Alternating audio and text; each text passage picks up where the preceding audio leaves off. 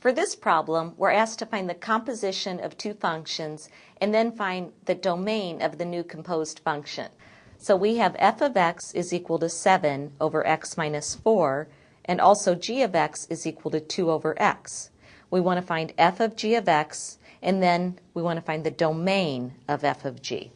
So f of g of x is really f of g of x. So let's start off working a little bit toward our domain. In order to find the domain of this composed function, first we have to consider the domain of g of x. So the domain of g of x, if we look at it, g of x is 2 over x.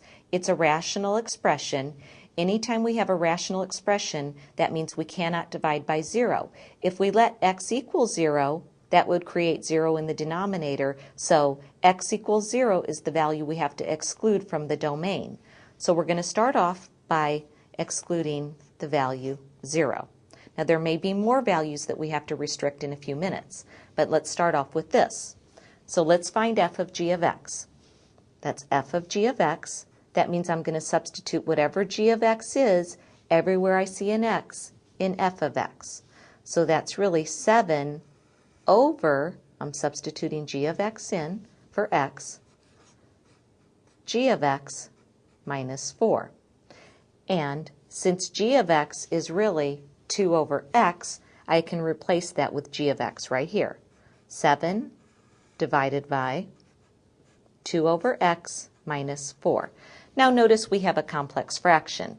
We can pretty easily simplify that by looking at the denominators. We have a denominator of x. This 4 has just a denominator of 1, and so does the 7. Really just has a denominator of 1. An easy way to simplify a complex fraction is to multiply the entire numerator and the entire denominator by what the least common multiple of all the denominators are. And in this case it would be x. So when we simplify this complex fraction in the numerator, we just have x times 7, or 7x. And in the denominator, x times 2 over x just gives us 2 minus 4x. So this is our composed function. F of g of x is equal to 7x over 2 minus 4x.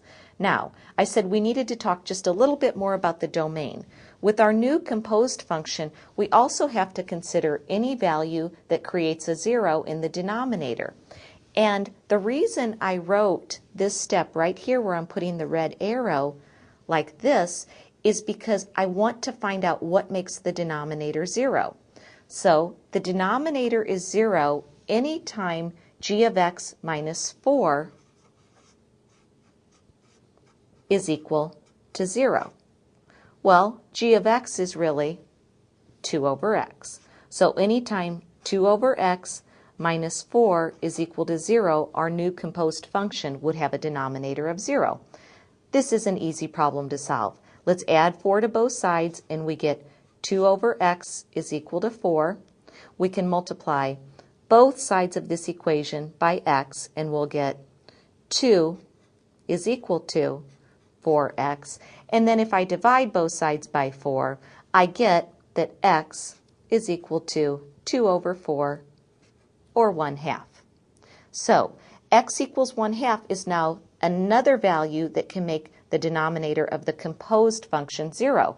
So we also need to exclude that from the domain. So x cannot equal 0, and also x cannot equal 1/2.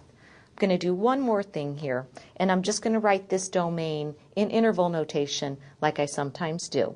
So the domain would be the interval from negative infinity all the way to the first value I exclude is 0, union 0 to positive 1/2, union 1/2 to infinity.